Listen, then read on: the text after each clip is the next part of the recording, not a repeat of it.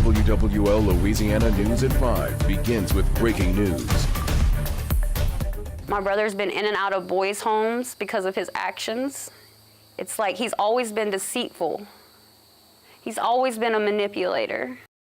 Tonight, the sister of the man at the center of the Tangipahoa double murder case is speaking out about Daniel Callahan. He's accused of killing a mother, kidnapping her young daughters, and killing one of them. Thanks for joining us, everyone. I'm Cherise Gibson.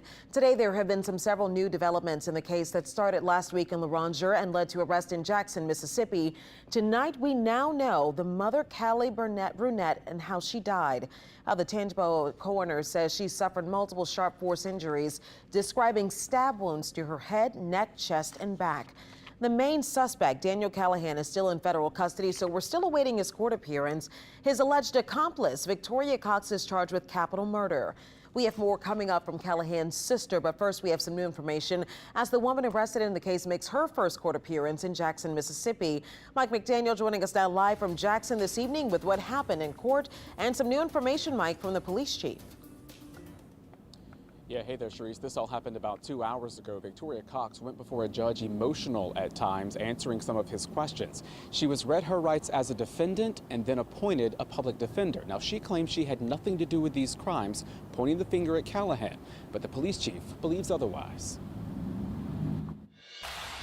Wearing a dark brown jumpsuit with shackles around her feet and hands, 32-year-old Victoria Cox listened as a judge formally read the charges against her.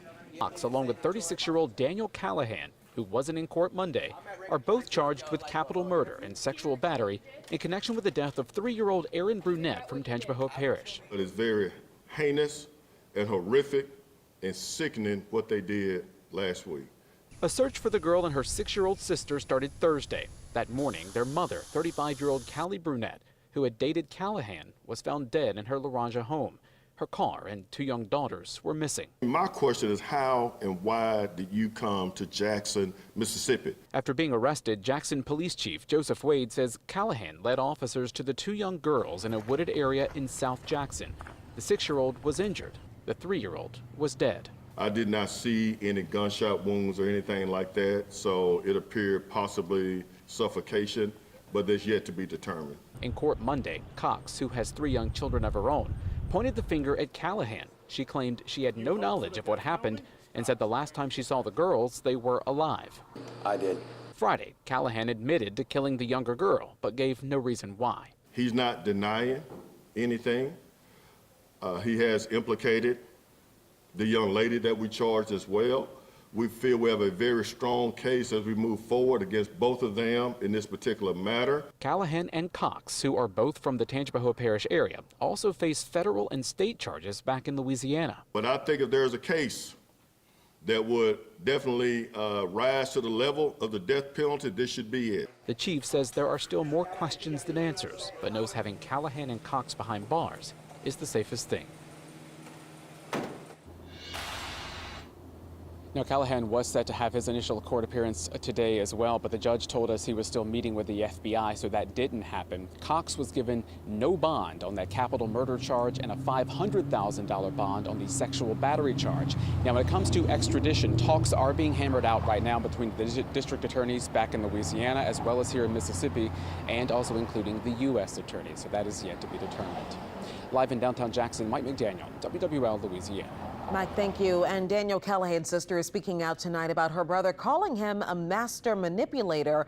We spoke with Dixie Hemphill at length about her brother, the murder of Callie Brunett and her daughter, and warnings to police that she says were ignored. Hemphill also talked about Callahan's confession on live TV. I'm so angry at him. Where was the remorse? I will keep saying this. Where was the remorse in his interview? Where did y'all see remorse at? Did you see any remorse, or did you only see excuses? That's what his play is. That's what he does when he gets caught. We'll have more of Dixie Hemphill's interview that's coming up at 6. Now, during that confession that she's talking about, Friday, Callahan told reporters he was sober when he committed the murder of young Aaron Brunett. He also claims he was recently on the antidepressant medication Lexapro. Now, over the weekend, we spoke to legal analysts who say he could have been genuine in his admission, but he could also have been creating the groundwork for an insanity defense. We asked an addiction specialist his thoughts on Callahan's claims. It may have been a manipulation. It may have been actual valid thing that he thought to be valid. It may have been any one of a number of different things. It may have been, showing off. Tonight at 10, you'll hear from more from Dr. Roy about the medication Lexapro and his take on the Callahan murder case. And we will have continuing coverage of this investigation with the potential for federal charges as well as state charges in both Louisiana and Mississippi.